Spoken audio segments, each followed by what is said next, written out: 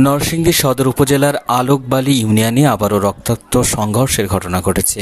রবিবার সন্ধ্যার পরপরই ইউনিয়নের আলোকবালী বাজারে সশস্ত্র সন্ত্রাসীদের নির্বিচার গুলিতে প্রাণ হারিয়েছেন ইউনিয়ন যুবদলের যুগ্ম আহ্বায়ক সাদেক হোসেন।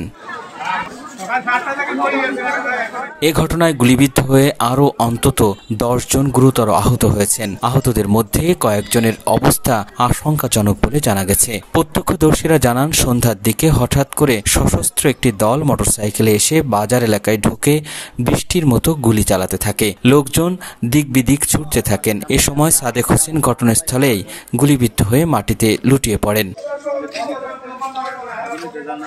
এ ঘটনার পর পুরো এলাকায় চরম আতঙ্ক বিরাজ করছে। বাজারের সব দোকানপাট বন্ধ হয়ে গেছে।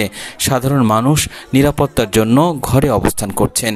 তবে এখনও নিশ্চিত হওয়া যায়নি কী কারণে এই হামলা ও হত্যাকাণ্ডের ঘটনা ঘটেছে। নিহত সাদেক হোসেন দীর্ঘদিন ধরে স্থানীয় রাজনীতির সঙ্গে জড়িত ছিলেন। তার মৃত্যুর খবরে এলাকায় নেমে এসেছে শোকের ছায়া।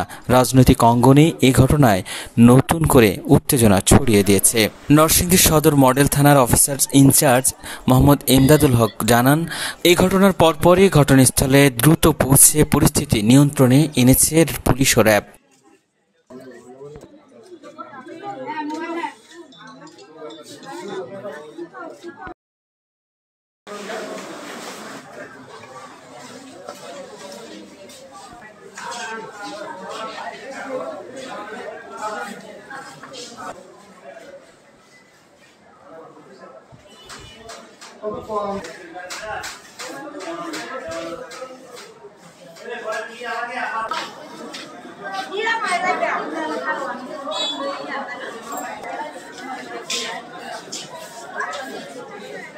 Apa kan?